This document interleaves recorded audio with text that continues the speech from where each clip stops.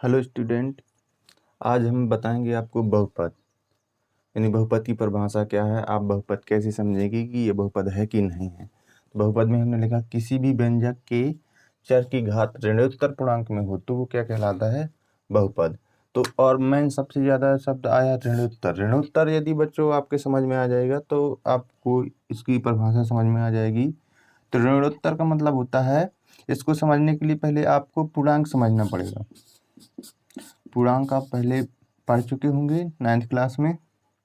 पूर्णांक में हम देखते हैं जैसे एक संख्या रेखा बनाते हैं, इसके बीच में 0 रहता है और इस साइड की संख्याएं माइनस में रहती हैं, लेफ्ट साइड की, और इसके राइट साइड की संख्याएं प्लस की रहती हैं। तब ऋणोत्तर शब्द का अर्थ समझना है कि पूर्णांक का मतलब होता है ऐसी संख्या जिसमें ऋणात्मक संख्याएं 0 और प्लस की संख्याएं यानी धनात्मक संख्याएं शामिल होती हैं, वो सभी पूर्णांक कहलाते हैं।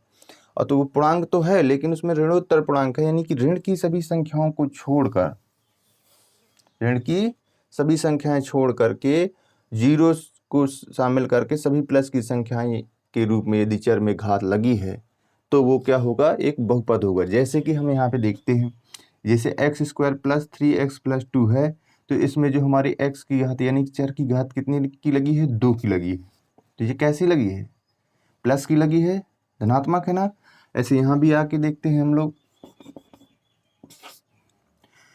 y² 2 + 4y + 5 है, तो इसमें हम देखते हैं कि y की घात कितनी की है, 2 की है, वो भी धनात्मक है, इसलिए ये क्या होगा, एक हमारा बहुपद होगा। यहाँ भी देखते हैं x² + 2x + √3, तो यहाँ में भी हमारे जो चर की घात 2 है, अधिकतम घात 2 है, तो इसमें कैसी है, धनात्मक है। चलो अब इसमें है आके देखते हैं क्या बनेगा, x की घात 2 + 3/x + 5, यानी कि इसको हम सरल करेंगे तो x² + 3x की घात -1 + 5, यानी कि ये जो ऊपर जाएगा प्लस बटे में है x, इसका ऋणात्मक ऊपर हो जाएगा, तो फिर क्या होगा, माइनस की हो जाएगी। तो अभी हमने आपको क्या बताया कि ऋणोत्तर यदि ऋण की संख्या आती है घात के रूप में तो वह बहुपद नहीं होगा, वह बहुपद नहीं होगा।